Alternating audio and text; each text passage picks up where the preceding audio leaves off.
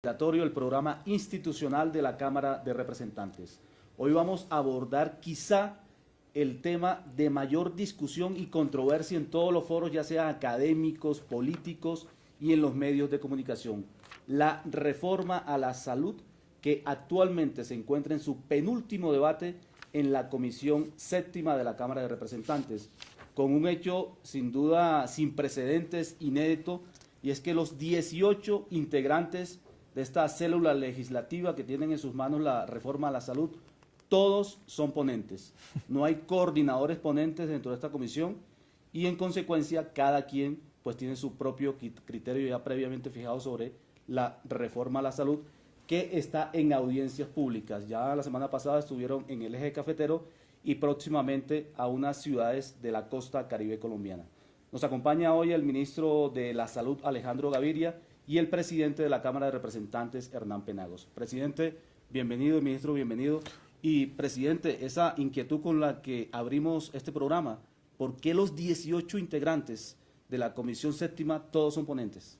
Bueno, primero pues saludar al señor ministro, muchas gracias por acompañar este programa, un saludo para toda la audiencia y a usted, Robinson.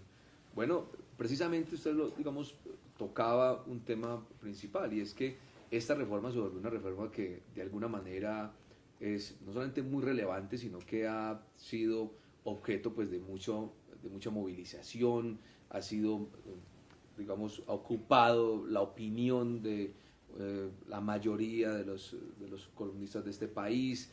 Es decir, es una reforma que ha generado y ha despertado ciertas sensaciones en el país, y yo supongo que en la Comisión Séptima de la Cámara un poco han querido distribuir esas obligaciones, que no dejan de ser complejas y difíciles, porque ser ponente o coordinador ponente de un proyecto genera una responsabilidad adicional entre todos los miembros de la comisión, un poco para tener, criterios mucho más precisos, y para que el día de mañana, cuando se construya la ponencia y se inicie el debate, haya la posibilidad de tener, si se quiere, unanimidad mayoritaria en la posición frente al informe de ponencia. Y yo diría que es una salida de alguna manera interesante, no se ve mucho, como bien usted lo plantea, más bien es escaso Ese fenómeno, sí. Que esa situación se presente, pero creería yo que es una forma como de blindarse un poco de la comisión para poder enfrentar el debate, para hacer las audiencias públicas y para construir una ponencia concertada entre todos. Bueno, presidente, lo invito a que adelantemos el debate de esta reforma. Sí, ministro, sí, presidente. Quiero iniciar un poco precisamente con lo que viene ocurriendo hoy en el país, es decir, la reforma a la salud ha generado, unas movilizaciones sociales, el ejercicio de la protesta social que, como usted bien lo ha dicho, es respetable, es un derecho completamente legítimo. Legítimo que todos acompañamos. Pero sí quisiera yo que usted contara un poco hacia dónde ve usted que se concentra el ejercicio de la protesta. Es decir, ¿va orientada a rechazar en su totalidad la reforma, o es un poco sectorial? ¿Quiénes la hacen y hacia dónde cree usted que va orientada esa protesta que usted vive frente al tema de la reforma? Bueno, voy a especular un poco con el agradecimiento por la invitación. Muy bueno estar aquí hablando de un tema sensible para todos los colombianos. El primero y tal vez fundamental, y este es un tema muy sensible, nos preocupa a todos, que además ocurre en un contexto complejo, y se van a cumplir 20 años de la Ley 100 del año 93, fue aprobada por el 23 de diciembre. Y la Ley 100, a pesar de sus logros sociales que son innegables, hoy en día no tiene mucha legitimidad ante los ojos de los colombianos. Y además estamos en un momento difícil políticamente, electoralmente. Esas dos cosas combinadas, un proyecto muy sensible, una ley que ha perdido legitimidad, o tres cosas, y además el momento electoral, hacen este tema difícil. Pero algo ocurrió, dijéramos, el último mes. Cuando fue aprobado el proyecto 210 que presentamos la primera semana de marzo en la Comisión Séptima del Senado, no pasó mucho, no se dijo mucho. En las audiencias públicas que hicimos en el Senado nos dijeron tienen que incluir un tema de talento humano. Y fue solo cuando incluimos este tema que se empezaron a presentar, dijéramos, las movilizaciones sociales, y hay gente que tiene preocupaciones, grupos de especialistas con el tema de la formalización laboral, los mismos estudiantes, se empezaron a decir mentiras. Yo creo que tengo que ser claro, que en la reforma, por ejemplo, queríamos poner un tope a los salarios de especialistas y médicos generales de 3,5 millones de pesos, de 2 millones. Se empezó a decir ya en el mismo debate que nosotros íbamos en contra de la tutela.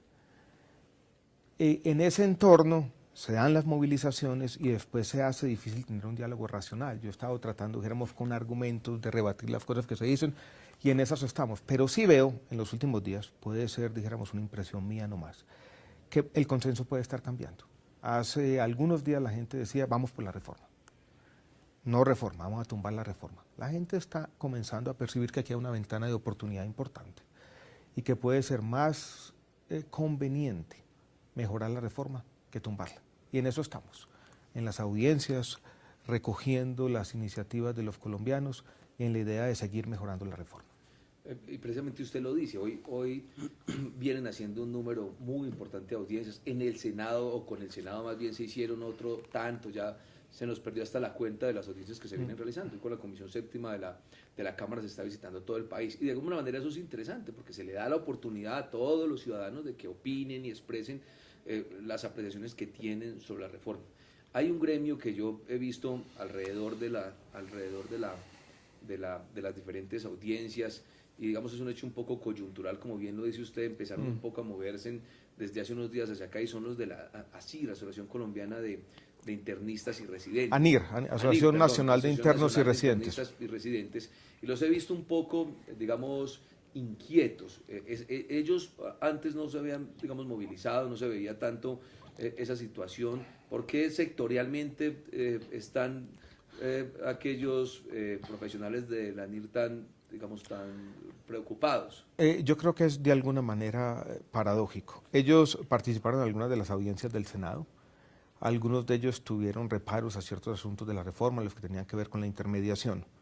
Nos reunimos con ellos hace mes y medio para discutir algunos de los artículos que tenían que ver con talento humano. La reforma incluye 2 o 3 artículos que representan, si se quiere, o que de alguna manera enmiendan una gran injusticia que se cometió en el país, y es que los residentes en Colombia nunca han tenido una remuneración salarial.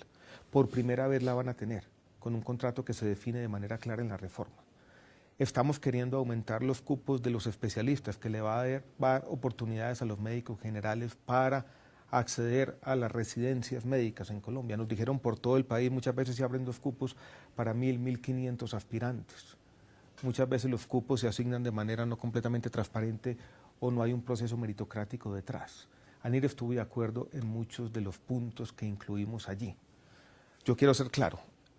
Yo creo que algunos de los miembros de ANIR están obedeciendo a un interés político y a veces detrás de la participación ciudadana. Yo creo que hay partidos políticos que defienden intereses legítimos, pero a veces se me confunde la voz de ANIR con la del Polo Democrático, lo digo de manera claramente.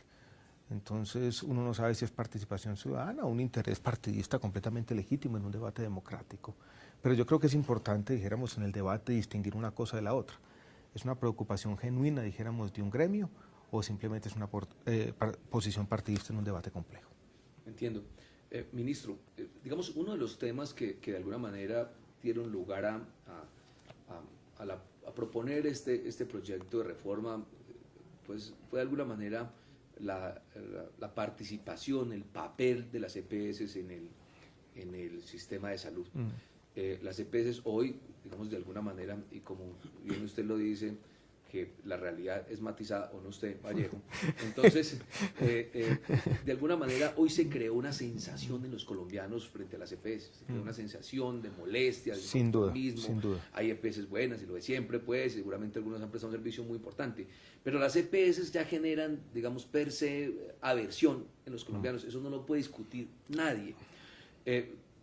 En el proyecto, una de las críticas relevantes tienen que ver con que se mantienen las EPS, con otro papel, pero se mantienen.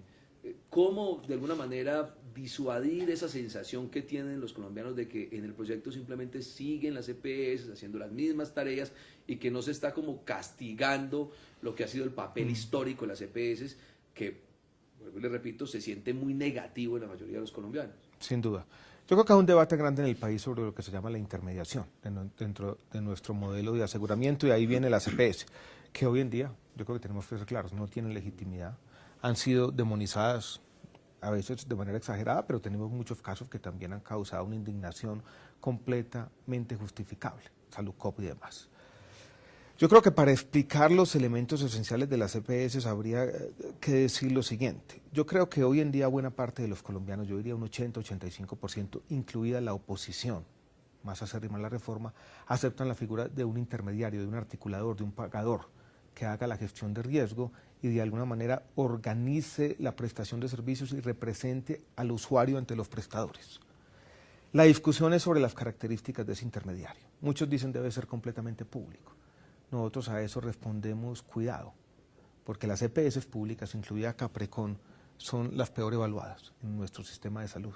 Y tenemos unas experiencias desastrosas con EPS públicas en el sur de Colombia con Selva Salud y Salud Cóndor, en el centro de Colombia con Cali Salud y algunas de las EPS transitorias en Risaralda, por ejemplo. Entonces nosotros estamos diciendo, no son públicas, quitarles el ánimo de lucro tampoco logra mucho. Saludcop no tenía ánimo de lucro. Demos más bien el debate sobre el cambio que tenemos que hacer. Y hemos empezado por proponer algo que es fundamental y ya no van a manejar los recursos. La historia de Saludcop no se va a repetir, no puede repetirse con el modelo que estamos proponiendo. Los recursos van a ser administrados directamente por Salud Mía. Les vamos a quitar la afiliación para que la gente pueda moverse de una gestora a otra y no le tiren la puerta en las narices como ocurre hoy en día. Vamos a quitar el recaudo, lo vamos a centralizar también porque hay muchos problemas con el recaudo. Vamos a girarle la plata directamente a los prestadores, las vamos a concentrar en un territorio para que hagan gestión de riesgo, vamos a tener mucha mejor inspección, vigilancia y control. Les vamos a cambiar los incentivos para que tengan que darle resultados a la gente. Hoy en día impunemente pueden, por ejemplo, no entregar medicamentos, hoy en día vamos a hacer un seguimiento estricto de los indicadores de salud. Con eso nosotros creemos hay un cambio fundamental de fondo, estructural, que tiene que ir más allá de las arengas, que se dicen que esto es, dijéramos, una transformación completamente adjetiva. Yo creo que es sustantiva, es de verdad. Y hace algo la reforma, que yo creo que todo reformador responsable tiene que hacer, y es reciclar las capacidades que ha construido la sociedad. Aquí hay un aprendizaje colectivo de 20 años, que nosotros, como sociedad, no podemos tirar a la basura de la noche a la mañana. No puede haber tierra arrasada. Yo creo que el pecado capital, lo digo yo en varios escenarios, de cualquier reformador es destruir sin haber construido.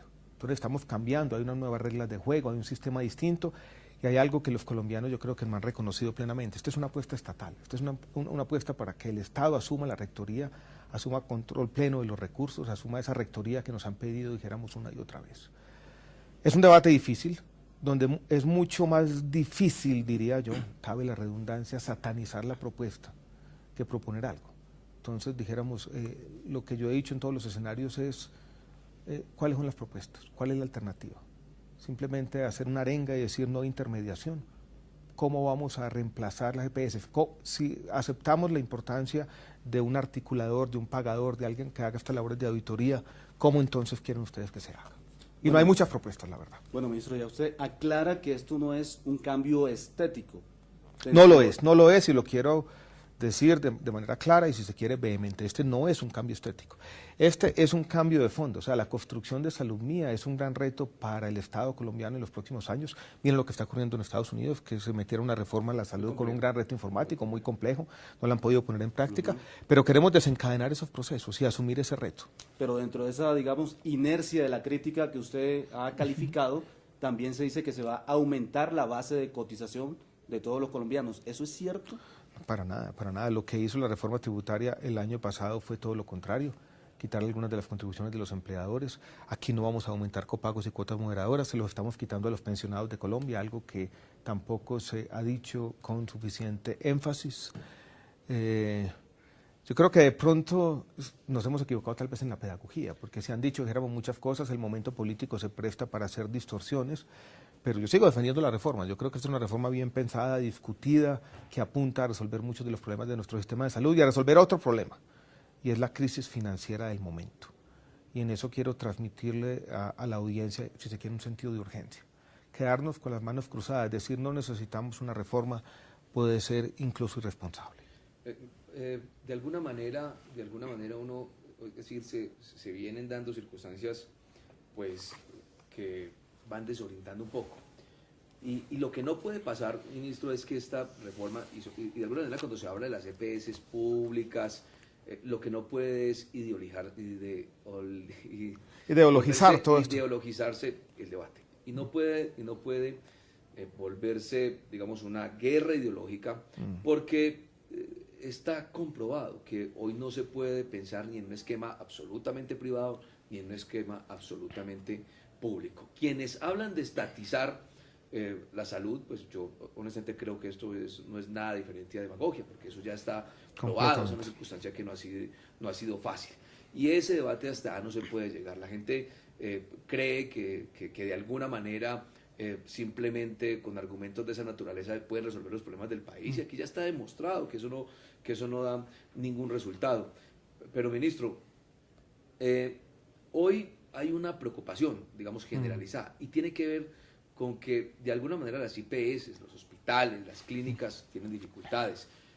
Uno ya a veces ve a estos gerentes casi que ni preocupados por la reforma, sino por una cantidad de obligaciones, de cesación de pagos, de deudas que no se les ha podido cancelar, y mientras tanto eso es muy peligroso. Los hospitales pequeños, medianos y grandes tienen dificultades, están llegando a un punto muy complejo. ¿Qué hacer?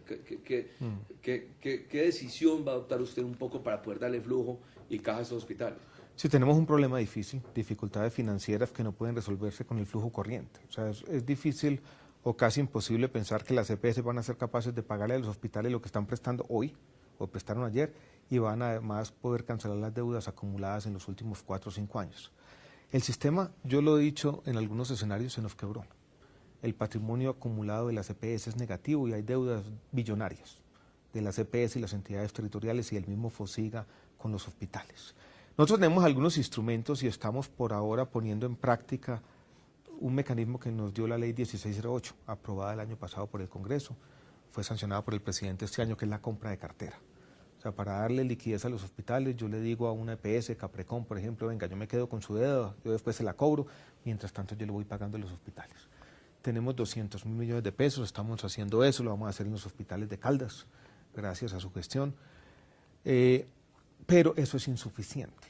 Y la reforma contempla algunos artículos importantes que nos permiten traer más recursos y nos permiten tener mayor flexibilidad a la hora de lidiar con una crisis muy compleja.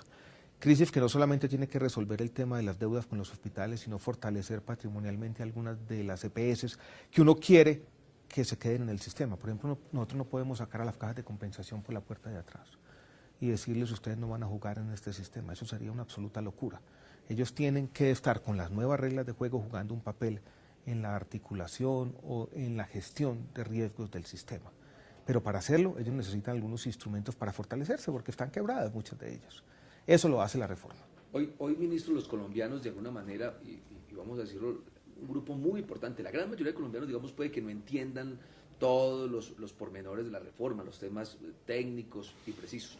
Un colombiano hoy lo que necesita es que lo atiendan bien. En el servicio, sí, que lo atiendan bien. En el servicio, calidad, acceso y oportunidad. Acceso, que no tenga las dificultades que tienen, que un ciudadano de un municipio alejado de la capital no tenga que llamar a un político o a un amigo a que le consiga una cama para otra persona que... O al ministro de salud. Rápidamente, o tenga que llamar al ministro para que lo puedan atender. Por Twitter yo a veces me toca muchas veces resolver casos específicos. Usted los conoce, uno los padece todos los días, nosotros también. La gente tratando de conseguir una cama porque hay una persona que está con dificultades en un municipio.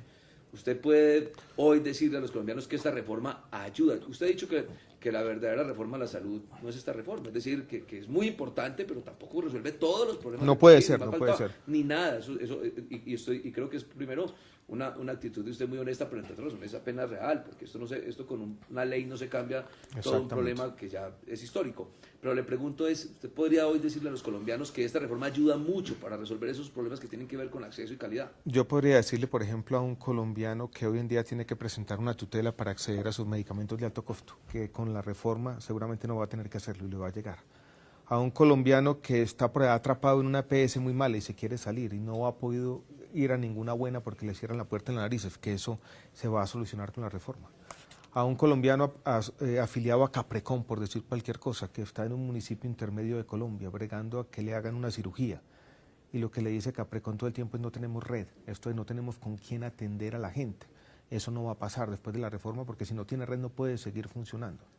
A un colombiano de una vereda, como me encontré en el municipio de San Onofre Sucre, al que no le llevan ningún medicamento hace años. Eso no va a pasar con la reforma porque vamos a hacer un seguimiento estricto de los resultados en salud y la atención a la gente. No vamos a resolver todos los problemas, aquí hay problemas que tienen que ver con la creación de capacidades en el territorio, problemas, si se quiere, que tienen que ver también con una crisis ética que hemos tenido en este sector por mucho tiempo, porque aquí también hemos tenido mucha corrupción y muchos problemas y que las leyes no lo pueden resolver de manera inmediata. Pero aquí tenemos unas reglas de juego distintas que, si se quieren, nos permiten un renacer de un sector que hizo unos cambios sociales pero que se fue agotando y que, como lo dijimos al comienzo, perdió cualquier legitimidad ante los ojos de los colombianos. Dos cositas, ya llevamos 20 minutos, los tiempos ya... Vuela el tiempo, eso Sí, se vuelan los significa tiempos, que pero esta conversación ha estado agradable. una para reforzar un poco lo que usted acaba de manifestar y otra para involucrar aquí al presidente. Y es, usted está absolutamente convencido que se acabó la avalancha de tutelas en el sistema de salud. No se ha aprobado la reforma, ojalá. Con la reforma. La reforma más la ley estatutaria y en los capítulos donde hablamos del plan de beneficios, yo creo que puede disminuir de manera sustancial las tutelas del sistema de salud y que la gente no tenga que recurrir a una tutela para acceder a los servicios. De hecho, si no lo logramos así, estaríamos fracasando. Si la gente tiene que seguir recurriendo a la tutela sistemáticamente para que le den su medicamento, para que lo atienda con alguna oportunidad, la reforma no tendría sentido. Ahora quiero recoger algo que el presidente de la Cámara dijo recientemente ante los medios de comunicación, y es el tema, presidente y ministro, de los tiempos legislativos. Estamos a menos de un mes de... Esa es mi culminar preocupación. las elecciones generales. Presidente, ¿nos alcanza el tiempo? Y es muy bueno hablar de eso, entre otras porque lo hemos dicho de manera honesta. De manera honesta, sí. Así sí. es, los tiempos son bastante precarios, lo hemos hablado con el ministro, y no es por circunstancias subjetivas, ni más faltaba, es por las realidades que hoy tenemos con la reforma. Ese proyecto, hay que decir, estuvo 8 meses en el Senado de la República. Pues bueno, hicieron un trámite.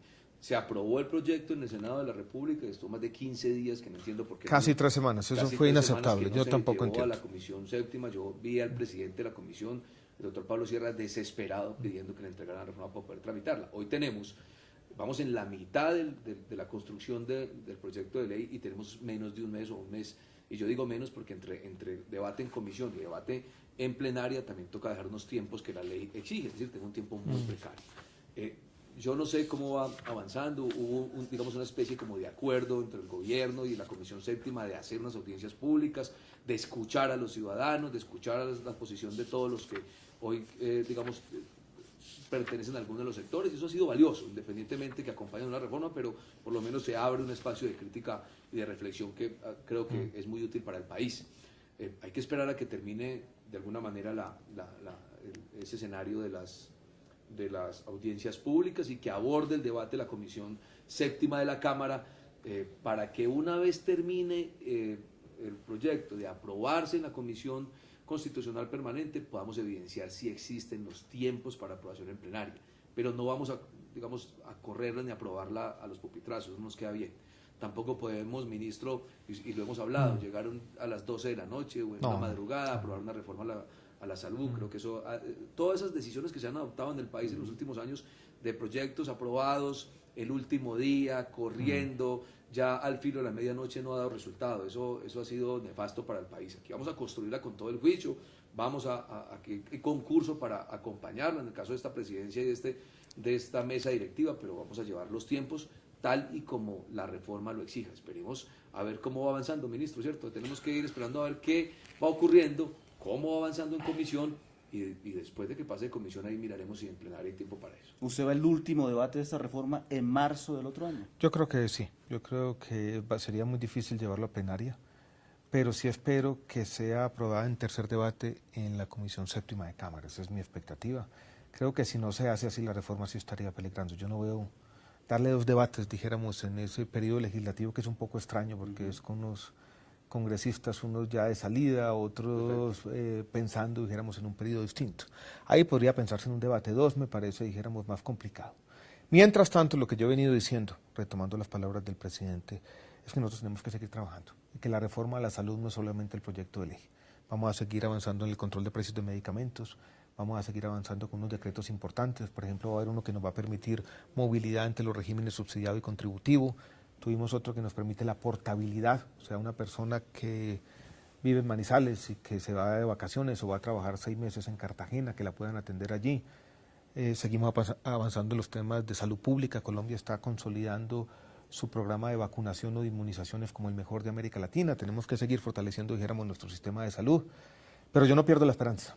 Tengo el sesgo por la esperanza, como lo he dicho en algunas oportunidades. Y el ministro dice una cosa que es muy cierta. El hecho de que la reforma no se apruebe de aquí al 15 de diciembre no quiere decir que no se tengan herramientas. Aquí las acaba de referenciar. Y seguramente muchas otras. Es decir, tiene herramientas a título de decreto, algunas reglamentaciones de la ley estatutaria, de la ley anterior que también podrían expedirse algunos decretos. Es decir, hoy hay herramientas para que el gobierno, el ministro pueda ir resolviendo asuntos. Y si este proyecto, como dice el ministro, avanza en comisión y quedaría faltando el último debate en plenaria, también habrían unos meses un poco también de reflexión y para escuchar también a más sectores, sin y duda. para recibir a la academia y a todos los que hoy se están movilizando, porque lo que se quiere aquí es de construir una reforma honesta, una reforma que verdaderamente le sirva al país, y aquí no hay, digamos, ánimo ni voluntad de pasar a las malas o a los trancazos, como dicen, por en medio de los colombianos. De eso no se trata.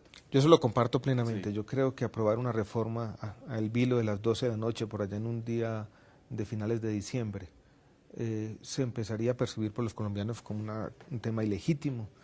Las experiencias que se han dado en el país, comparto plenamente con el presidente, no son buenas. Eso no es lo que queremos. Yo creo que tenemos que hacer una reforma que sea legítima ante los colombianos. Ya nos quedan 3 minutos para su tema de cierre. No, simplemente un poco llamar la atención de todos los colombianos, en el sentido de que esta reforma a la salud hoy, de alguna manera, fue el fruto de una situación compleja de la salud en el país. Y así se evidenció, y por eso hoy se está dando este trámite.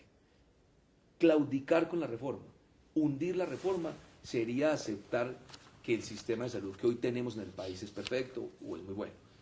Tampoco vamos a decir que esta reforma sea la mejor, pero hay que empezar a construir. Porque mire, ministro, nos puede pasar lo que nos pasó con la reforma a la educación. Cuando se presentó la reforma a la educación, hubo muchas movilizaciones, hubo dificultades, se claudicó en la reforma a la educación, se retiró el proyecto y hoy no ha pasado nada. Y no creo que la reforma a la educación haya mejorado. Quiere decir que la situación lo que nos indica es que vamos a construir una reforma y vamos a construirla entre todos, pero con calma y con despacio. Acojo las palabras del señor ministro. Vamos a adelantarla con calma en la comisión, y si no alcanza la reforma, el tiempo para aprobar en plenaria, nos iremos al mes de marzo, donde habrá el tiempo oportuno para escuchar y reflexionar con todos los colombianos. Ministro, su reflexión de cierre. Yo reflexionaría con lo siguiente. Yo creo que tenemos hoy dos opciones para los colombianos. Uno es, o seguimos como estamos, en un sistema con muchos problemas, o cambiamos para mejorar. Y yo quiero decirle a los colombianos de manera vehemente y enfática que esta reforma mejora, y mejora sustancialmente las cosas. Y tenemos que ser responsables, mirar lo que tenemos, imaginarnos un entorno político más allá del año 2014, sin fungir yo de analista político, pero que no va a ser fácil para hacer una reforma sustancial de nuestro sistema de salud. Entonces yo quisiera llamar la atención de los colombianos y del mismo Congreso. Seguir como estamos no es una buena opción. Por lo tanto, la reforma nos da la posibilidad de hacer la otra cosa, y es cambiar para mejorar. Ministro, muchas gracias por acompañarnos en Quórum Deliberatorio. Hay que decir, presidente, que el ministro pone la cara, da el debate, no se esconde, es muy pedagogo por su antecedente reciente de profesor universitario, y eso es muy importante para la socialización de esta reforma a la salud. Presidente, muchas gracias por estar en Quórum Deliberatorio. Muchas gracias, ministro. Muchas A los gracias. televidentes, muchas gracias por acompañarnos.